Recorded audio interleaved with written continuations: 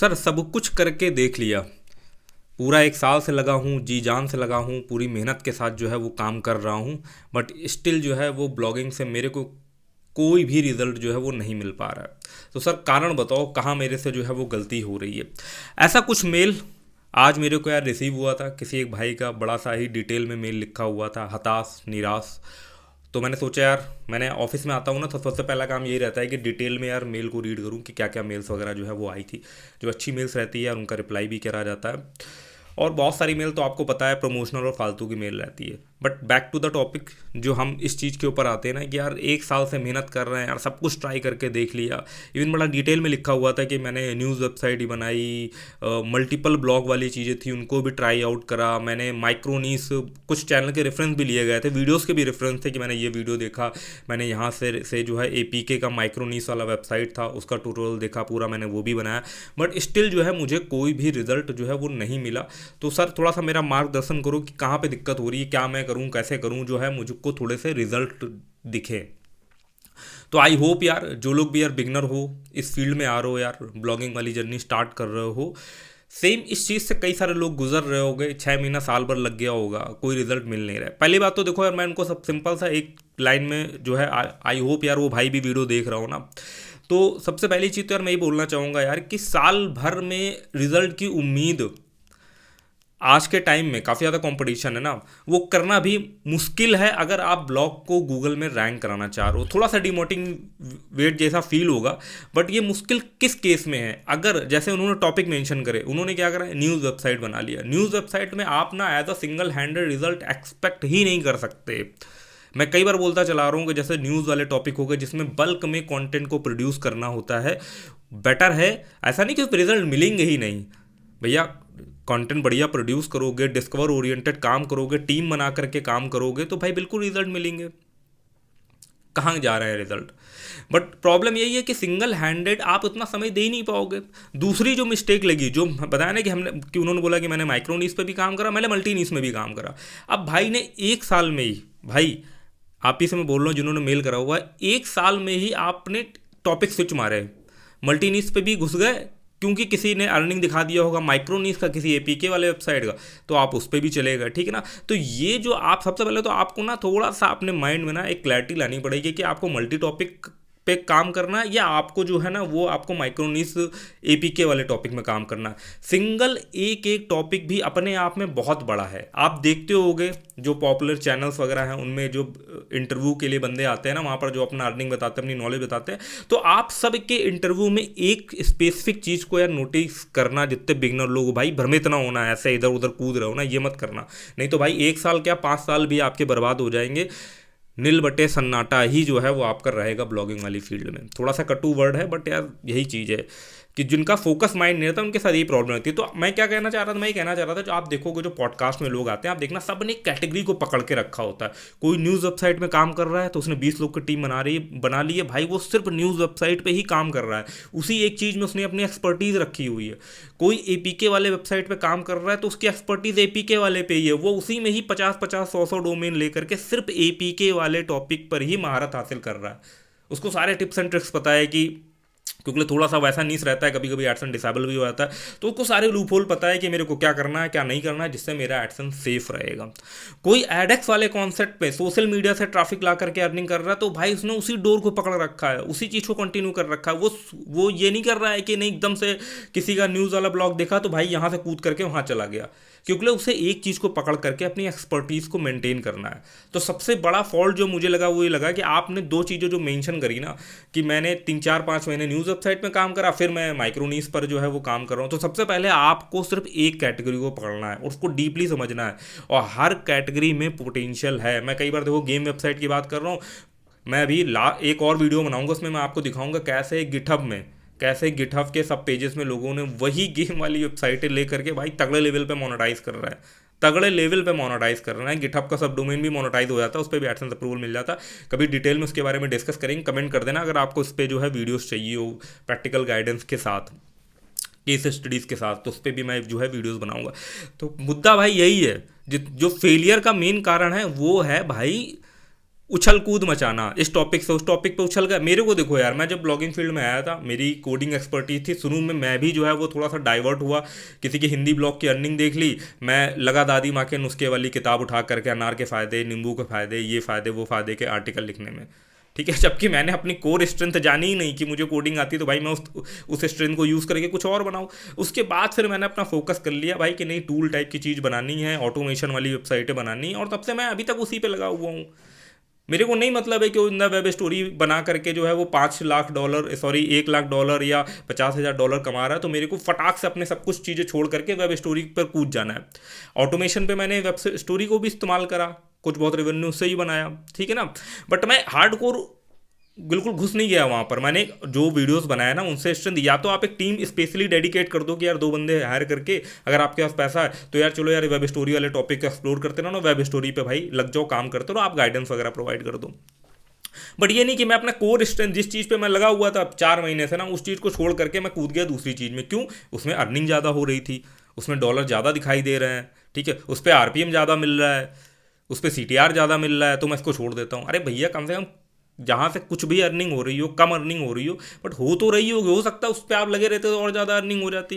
तो ये यार एक बहुत बड़ा मेजर जो है वो चीज़ है कि लोग जो है ना स्विच बहुत करते हैं, बहुत जल्दी स्विच कर देते हैं। अब मतलब ये सुनने में कैसा लगता है कि बीटेक 4 साल की डिग्री थी, मैंने 6 7 8 महीने बाद जो है वो मैंने बोल दिया कि नहीं यार, मैं जो है वो बीटेक सीएस से नहीं करूँगा। मेरा एक दोस्त है, सॉरी, आप फॉर एग्जांपल के लिए बीटेक कर रहे थे मैकेनिकल से या किसी और ट्रेड से बीटेक जो है वो कर रहे थे, तो आपके किसी दोस्त ने बता दिया नहीं यार बीटेक सीएस से करो यार, उस पर बहुत अच्छा पैकेज और सब कुछ मिलता है। हालांकि पैकेज अच्छा मिलता है सीएस में, आजकल मैकेनिकल वाले सारे बंदे जो है ना, उनके में भी सिलेबस रहता है, वो भी सब आईटी में ही घुस रहे हैं। तो बता दिया, तो आप क्या कर रहे हो ना, आप वही वाली बात हो कि आपने इसको छोड़ करके बोला कि नहीं यार पूरी फीस आपकी बर्बाद, आप फिर शुरू से आप तैयारी करके दूसरे में जो है वो करने लगे जा करके।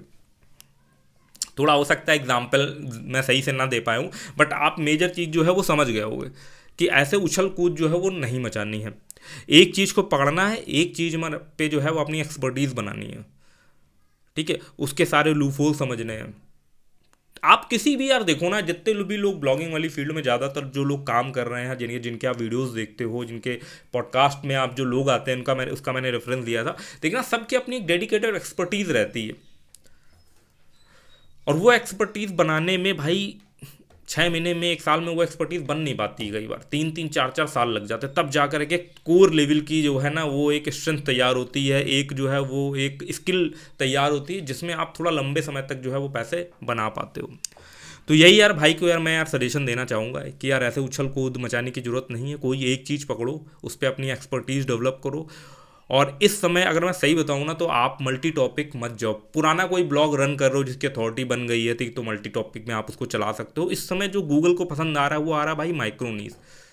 गूगल ये कहता है कि कोई इंडिविजुअल ब्लॉगर है वो हर चीज़ में तो एक्सपर्ट हो नहीं सकता। जैसे फॉर एग्जांपल एक टीचर है, वो हर सब्जेक्ट में तो नहीं एक्सपर्ट हो सकता कि उसको मैथ ही बड़ी तगड़ी लेवल पे पढ़ानी आती हो, हिंदी भी पढ़ा लेता हो, सब कुछ। तो उसका ही कहने मतलब भाई, अगर इंडिविजुअली आप काम कर रहे हो, ठीक है ना, तो आप किसी एक विषय के बारे में बात करो जिसमें आपका इंटरेस्ट हो, जिसमें आप थोड़ा सा रिसर्च करके चीज़ों को अच्छे से प्रेजेंट कर सकते हो। मल्टीपल लेवल पे जाना है तो क्या करना है, फिर आपको ऑथर प्रोफाइल बनानी चाहिए। जो मान लो आपने न्यूज़ वेबसाइट करी ना, तो उस पर आप देखोगे बड़ी न्यूज़ वेबसाइट है, और नॉर्मल में यही रहता है कि इंटरटेनमेंट के भैया अलग ऑथर है जो इंटरटेनमेंट के बारे में सिर्फ बताते हैं, टेक वाले न्यूज़ के लिए अलग ऑथर है जो टेक का बताता हो, सबका बायो नीचे जो है वो जुड़ा होता है और लिख करके आता है कि भाई फलाने फलाने जो है लेखक या पत्रकार है, इनके माध्यम से जो है ये पूरा आर्टिकल तैयार करा गया हुआ है। तो ये चीज़ आपको दिखानी पड़ेगी। अब आप भी सोचो ना, ये कितना फिसी लग रहा है कि एक न्यूज़ वाला ब्लॉग है, टेक न्यूज़ भी आप ही एक ही ऑथर डाल रहा है, उसका एडमिन वही है, ठीक है ना, और फाइनेंस की न्यूज़ भी वही डाल रहा है, ऑटोमोबाइल सेक्टर की भी वही न्यूज़ डाल रहा है। साफ साफ पता चलता है इधर उधर से चेपा जा रहा है कंटेंट। एक बंदा हर सारी कैटेगरी में कैसे एक्सपर्ट हो सकता है? इसीलिए ज़्यादातर न्यूज़ वाली वेबसाइटों पर जो है लो वैल्यू कंटेंट और ये सब चीज़ें जो है वो आती है। आजकल ऑथर प्रोफाइल का भी यार बहुत ही ज़्यादा जो है वो भाई बोलबाला है। अगर एडसेंस अप्रूवल लेना, हमारे साथ लास्ट लाइव स्ट्रीम में जो कल ही मैंने लाइव स्ट्रीम करी थी, ना देखी हो तो जा करके देख लेना। उसमें एक भाई ने बड़ा अच्छा एग्जाम्पल लिया, किसी फॉरेन क्रिएटर का वीडियो देखा, उसने अपनी वेबसाइट को कस्टमाइज़ करा, उसमें एक ऑथर का बहुत अच्छा सेक्शन बनाया, ठीक है ना, और फिर जा करके उसमें फाइनेंस के ऊपर जो है वो 6 आर्टिकल लिखे, और 6 आर्टिकल लिखने में ही उनको जो है वो एडसेंस अप्रूवल मिल गया हुआ था। तो ये होता है थोड़ा सा ना टाइम, कंटेंट, अब जो टाइम चला उसमें कंटेंट भड़ाभड़ भरने पे मत ध्यान दो, थोड़ा सा देखो, ध्यान दो कि यार थोड़ा सा जेन्युइन लगे, थोड़ा सा प्रोफेशनल लगे, समझ गए। तो इस तरीके से अब आप एक टॉपिक पे अगर आप ब्लॉग बनाओगे, एक टॉपिक पे अगर आप चीज़ें रखोगे तो थोड़ा सा जेन्युइन लगेगा। और उसी चीज़ से रिलेटेड अगर आपके पास आपका लिंक्डइन प्रोफाइल है, ठीक है ना, आपका फेसबुक प्रोफाइल है, उसको आप अपने ब्लॉग के साथ कनेक्ट कर देते हो तो और ज़्यादा अच्छा अथॉरिटी सिग्नल जाता है कि हाँ भाई ये बंदा इस चीज़ का एक्सपर्ट है, ठीक है, इसी चीज़ से रिलेटेड इसकी सोशल प्रेजेंस है और इसी चीज़ के ऊपर ये ब्लॉग लिख रहा है। कहीं ना कहीं से गूगल जो है वो सारे तार वगैरह जो है वो जोड़ ही लेता है बैकग्राउंड में, तो आपको जो है वो रिजल्ट मिलने लगते हैं। तो यही यार मेन मुद्दा है, यही सारी चीज़ें हैं। तो जो नए लोग यार ब्लॉगिंग वाली फील्ड में आ रहे हो ना यार, तो ये थोड़ा समझ करके चलो, अपने इंटरेस्ट ओरिएंटेड चीज़ पे काम करो तो रिजल्ट मिलने का जो है वो चांस ज़्यादा रहेगा। नहीं तो फिर आपके पास ऑप्शन है भाई, फिर आप या तो यूट्यूब चैनल खोलो, उस पर काम करो, लेकिन हर चीज़ पर आपको कह सकते हो ना, आपको एक्सपर्टीज तो चाहिए होगी। और वहीं पर एक दूसरे तरीके का भी चीज़ चलता है अनएथिकल वाला, थोड़ा सा उसको भी कवर कर लेते हैं। अभी तक मार्केट में बहुत अनएथिकल चीज़ें भी चल रही थी, जिसमें मान लो किसी ने कुछ गुमराह कर करके उसमें कोई इन्फॉर्मेशन दी, आधी अधूरी नॉलेज दी और ट्रैफिक को जो है वो इधर उधर ड्राइव कर रहे थे। तो उस पर भी क्या है, इस समय इवन यूट्यूब पर भी मैं देख रहा था, इतने तगड़े लेवल पर पॉलिसी नई नई बन रही है ना कि थंबनेल के बेसिस पर भी आपको अब कम्युनिटी गाइडलाइन स्ट्राइक आ रही है कि आपने कोई थंबनेल पे ऐसी कमिटमेंट कर दी जो पूरी हो ही नहीं सकती थी, ठीक है, मतलब एक बहुत ही तगड़े लेवल का जो है वो आपने क्लिक बेट कर दिया, उनको भी अब कम्युनिटी गाइडलाइन स्ट्राइक मिल रहा।